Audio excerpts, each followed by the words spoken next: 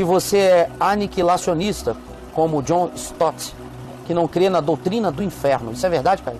Não, eu creio que o inferno existe e será aniquilado. É o que eu creio. Eu não creio que o inferno não existe, eu creio. Tá. Agora, eu creio, como diz o Novo Testamento, que no fim, a morte e o inferno são jogados dentro do lago de fogo. Chega uma hora que tudo é aniquilado. Porque não haveria vitória de Deus, nem do amor no universo, nos multiversos ou em todas as dimensões, se eu estivesse vivendo em gozo e uma quantidade enorme de consciências passassem eternidades e eternidades e eternidades em tortura. Uma espécie de DOPS eterno. Sim. De gulag eterno. De eterno expresso da meia-noite. Não. Você não crê nisso? Não. Eu creio que o inferno existe para quem quer ir para o inferno. Mas eu creio que o próprio inferno ainda oferece saída. O inferno ainda é graça. O inferno existe com um propósito, não é propósito de tortura. O inferno é eterno, mas ele não vai de eternidade a eternidade. A eternidade é um modo de medir uma qualidade. De modo que eternidade é uma medida de qualidade, não de quantidade, e muito menos de tempo. Tempo e eternidade não tem nada a ver um com o outro. Isso dá uma empenada em quem tá ouvindo, não tem cara. nada a ver. Se A empena o eternidade cabe num nada de tempo. Mas o tempo não cabe na eternidade. Quando ele me faz essa pergunta, ele pensa em eternidade como um tempo sem fim. Para fazer uma pergunta sobre o inferno, o cara precisa saber a diferença entre tempo e eternidade. Saber que tempo é uma quantidade e eternidade é uma qualidade. Quem entende isso não tem mais questão. Então o próprio inferno é uma disciplina qualitativa para um espírito que pode se redimir. O indivíduo, para ir para o inferno, tem que escolher. Não é fácil ir para o inferno. O cara fica diante das duas vias e naquele momento da passagem, que aqui a gente já deu como morto, a pessoa, no entanto, para ela não acabou ainda. Passa a vida inteira dela diante dela, ela tem alternativas e a maioria escolhe a luz, vendo o abismo. A maioria escolhe, mas tem aqueles que são seres tão adoecidos pelo ódio que escolhem a escuridão. E experimentam essa ausência total de Deus. Porque o que é o inferno? É a ausência absoluta de Deus. O cara mais maluco vivendo aqui nesse mundo não consegue viver totalmente ausente de Deus. Chove sobre ele, vem sol sobre ele. A chuva gera bem-estar até no assassino. Sim, cara. Uma comida gostosa faz até o estuprador dizer: ai, como foi boa essa comida. O ar. Nesse mundo é impossível você ficar totalmente ausente de Deus. É verdade. Agora, o inferno é o lugar desse vácuo. Vácuo do ponto de vista do benefício da presença. Você continua a existir por uma designação divina. Você é designado para provar a existência em si sem bem nenhum da graça. Agora, isso não é um tempo. Isso é uma qualidade existencial, que não é medida temporalmente. Isso pode durar nada e não tem duração. Isso pode e deixar de ser. Como a gente experimenta infernos. Eu já conheci o inferno neste mundo algumas vezes.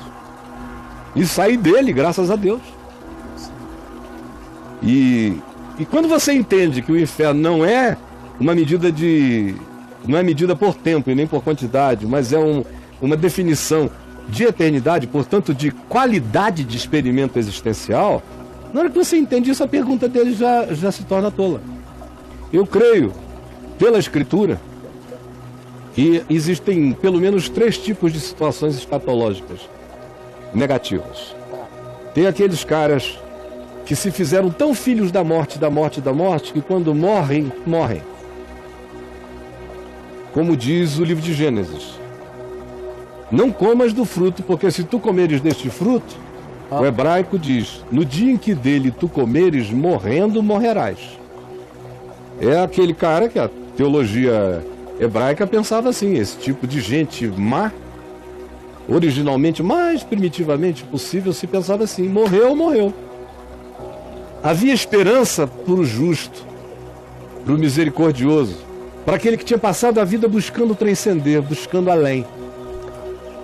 O mal, comprometido com a perversidade, pecando para a morte, morria. Existem aqueles que o Evangelho especialmente descreve como sendo, e foram advertidos, e a maioria dos que foram advertidos no ambiente do Evangelho foram os religiosos. É isso que o pessoal não quer entender. Você não vê Jesus falar de inferno para uma meretriz, para um pecador, para nenhum desses caras. O inferno é, sobretudo, uma disciplina para religiosos. No Evangelho. Sobretudo, não estou dizendo que o inferno é uma dimensão para religiosos. Eu estou dizendo que no Evangelho, os personagens que mais foram advertidos, ou praticamente os únicos advertidos, chamados em João 8 de filhos do diabo, de filhos do inferno, por Jesus de várias formas, foram os religiosos. Esses é que estavam na iminência de pecar contra o Espírito Santo, ou pecavam contra o Espírito Santo. Esses é que estavam dizendo coisas para as quais não havia perdão. Esses se faziam, como Jesus disse, filhos do inferno. Então, se o inferno fosse uma quantidade de tempo, seria uma tortura sem fim. Mas o inferno é uma qualidade existencial.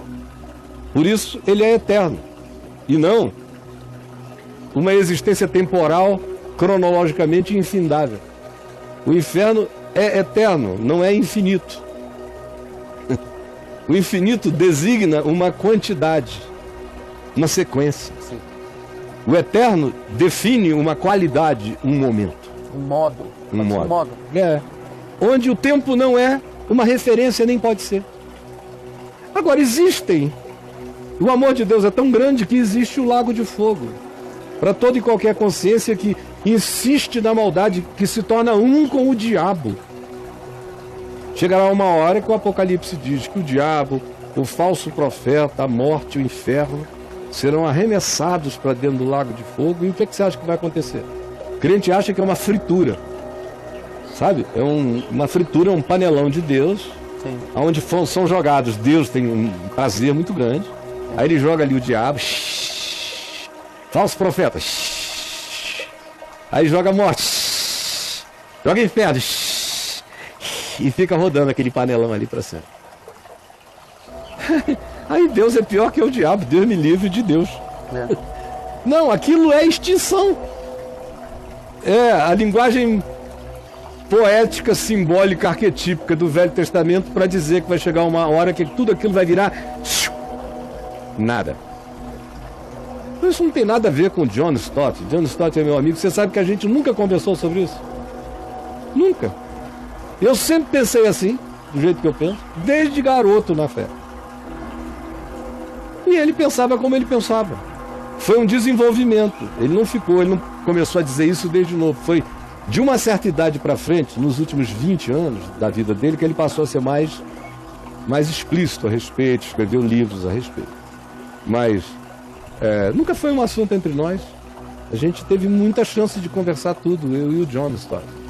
Na casa dele, no escritório dele em Londres, no tempo juntos aqui no Brasil, nos dias e dias e dias que a gente passou no meio da floresta amazônica.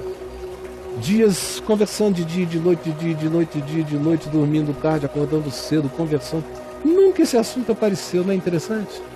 E agora o John, tem algumas pessoas querendo botar um label no John, de como é que ele chamou? De aniquilacionista. Aniquilacionista, pelo amor de Jesus. O cara passa pela vida ensinando o Evangelho, ensinando a cruz de Cristo, o perdão dos pecados, a paz com Deus, a boa nova, e você comete uma blasfêmia dessa, de reduzir o cara a uma opinião e a uma palavra, e a uma opinião certa. Na realidade, eu nunca estudei o que o John dizia sobre a aniquilação. Eu sei o que a teologia diz sobre a aniquilação. E o que eu digo é o que eu digo. Não tem nada a ver com o que dizem. Tem a ver com o que eu creio a partir da Escritura. Se você gosta e entende como eu, vem junto. Se não gosta e não entenda como eu, siga o seu caminho. Sabe por quê? O inferno não salva ninguém. E conceitos infernosos não salvam ninguém. Essa não deveria ser nenhuma pergunta para você. Porque você não deveria se ocupar do inferno, você deveria se ocupar do dia chamado hoje. E do que você está fazendo com a sua vida agora. O resto é insensatez.